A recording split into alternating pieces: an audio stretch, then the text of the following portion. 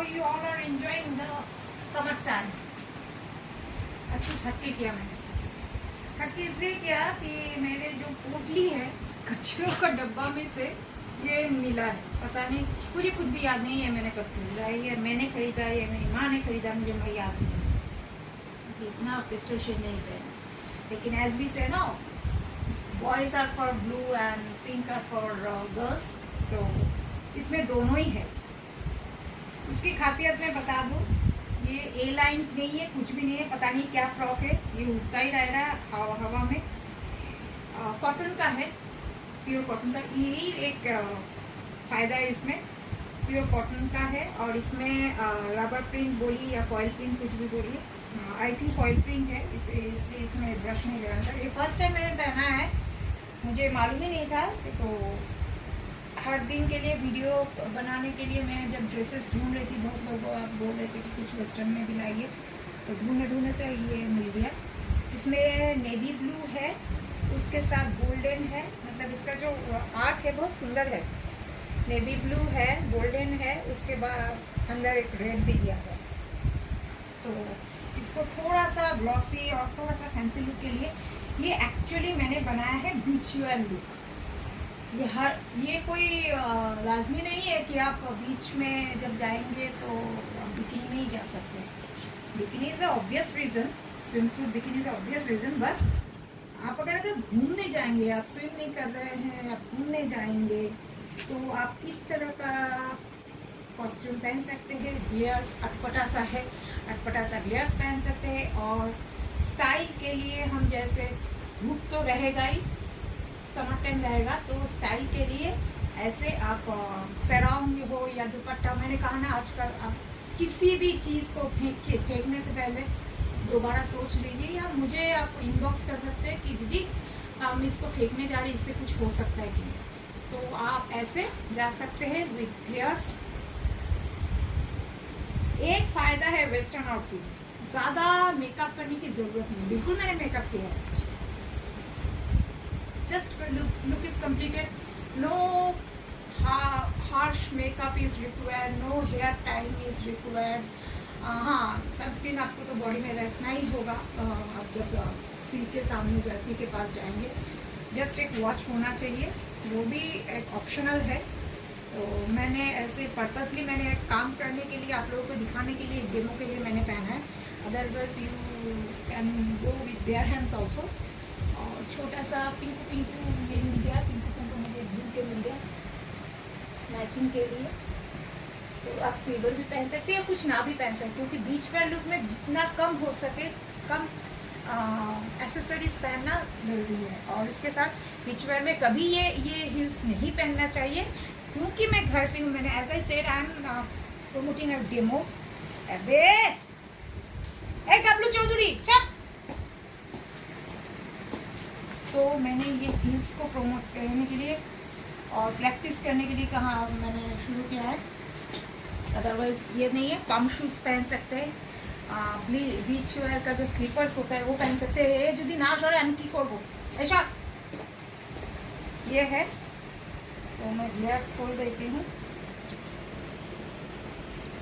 मैंने ये एक ऑर्नामेंटल वॉच, इसमें भी पिंक है. ये आपने लास्ट देखा होगा पूजा के टाइम पे, मेरे एक साड़ी के साथ देखा होगा. Ornamental watch with Pinku. और ये है सतरंगी अतरंगी रेनबो कलर वाला दुपट्टा. आप इसको साइड भी कर सकते हैं, या धूप से बचने के लिए आप सर में भी रख सकते हैं.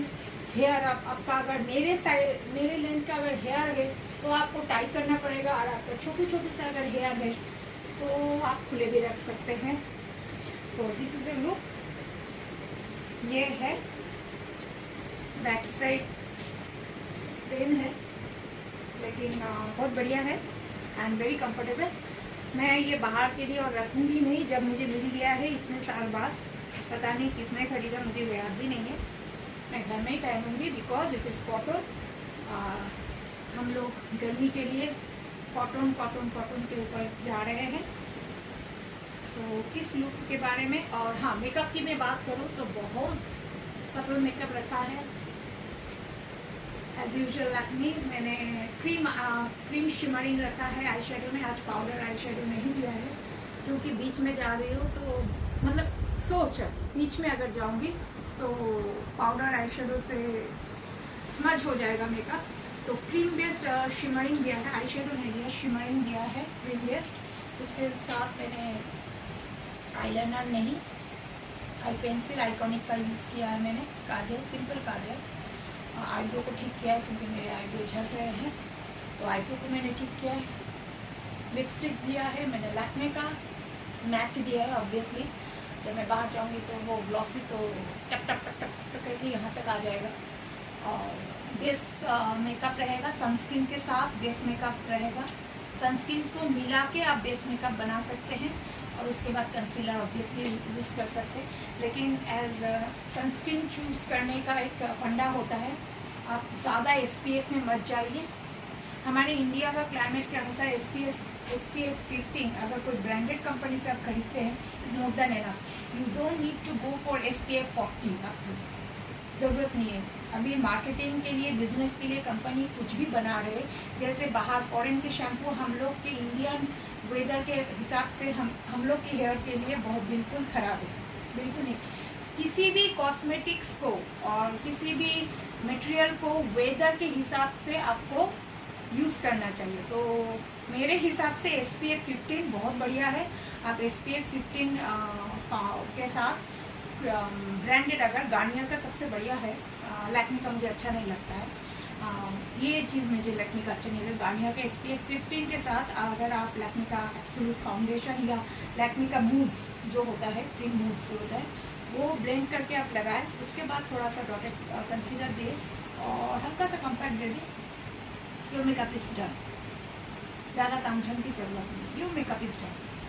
हाँ, आपको अगर पिंपल्स है या डार्क पैचेस है जो कि टचवुड में मुझ में ये सब नहीं है, अगर वो सब है थोड़ा सा आपको और भी शेड्स के ऊपर शेड्स डालना पड़ेगा वो उस दाग को कवर करने के लिए।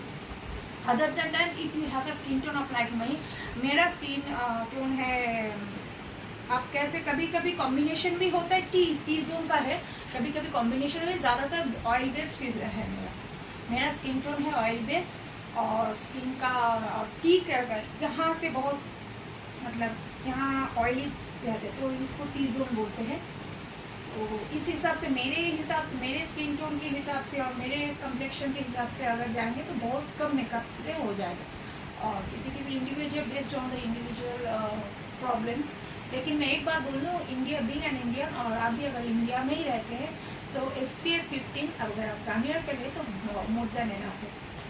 लैक्मे का मत लीजिए क्योंकि लैक्मे आप बाहर जाएंगे आधा घंटे, बाहर जाने से पहले आधा घंटा पहले सनस्क्रीन लगाना पड़ता है। ये तो मैं स्कूल टाइम से सुनते आ रही हूँ, लेकिन बहुत काला हो जाता है। और निविया का हुआ करता था, मुझे मालूम नहीं अभी निविया का है कि नहीं। मैं जब स्कूल में पढ़ती थी तो आई यूज टू यूज़ निविया का, तब गार्नियर उतना मार्केट में प्रमोट नहीं होता। मैं जब क्लास 7-8 की बात कर रही हूँ, तो अभी क्या है, मैं गार्नियर यूज़ करती हूँ। लेकिन बाहर जब जाती, मैं बाहर जाती नहीं हूँ तो ज़रूरत नहीं है। अगर मैं बाहर नहीं जाती तो ज़रूरत ही नहीं है सनस्क्रीन की, क्योंकि मुझे ऐसे ही अगर बाहर नहीं जाऊँगी तो विटामिन डी की तो ऐसे ही मुझे डेफिशिएंसी हो रही है, तो उसके बाद मैं और क्या सनस्क्रीन लगा के मैं स्किन को क्यों ख़राब करूँ। और ड्रिंक वाटर एज मच। और अगर बीच में जाएंगे तो बिल्कुल आप नारियल पानी पीजिए, बॉडी को हाइड्रेट रखिए, स्किन को हाइड्रेट रखिए, ग्लोई रखिए, और फ्रूट्स खाइए, वेजिटेबल्स खाइए, जितना हो सके नॉनवेज से दूर रखिए। ये मैं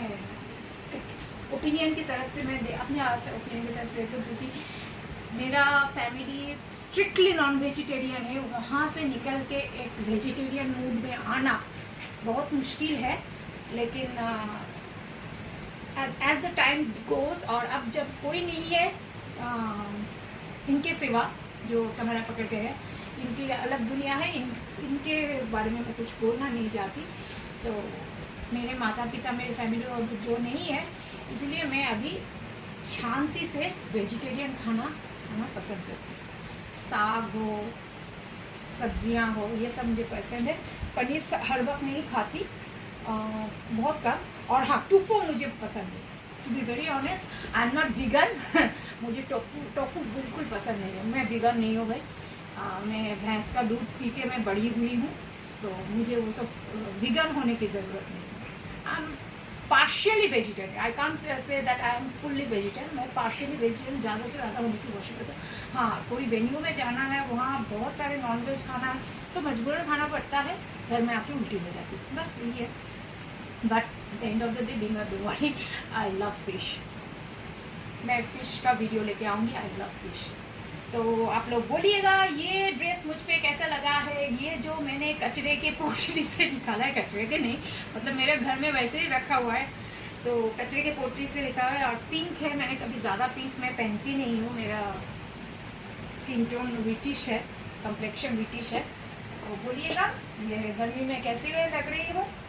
और ये अतरंगी ग्लेयर्स जो कि हमारे कैमरे वाले दादाजी को, फारूक आलम जी को बिल्कुल पसंद नहीं है, कि ये कहते बोले ये है रिक्शा वाला, सड़क छाप वाला, लेकिन फिर भी मैंने जिद करके ख़रीदा है सिर्फ आप लोगों का ओपिनियन जानने के लिए। तो प्लीज़ बोलिएगा मैं कैसे लग रही हूँ, क्योंकि आप लोगों का ओपिनियन मेरे लिए बहुत मायने रखता है, ताकि उसके ऊपर बेस करके मैं नेक्स्ट वीडियो बना सकूँ।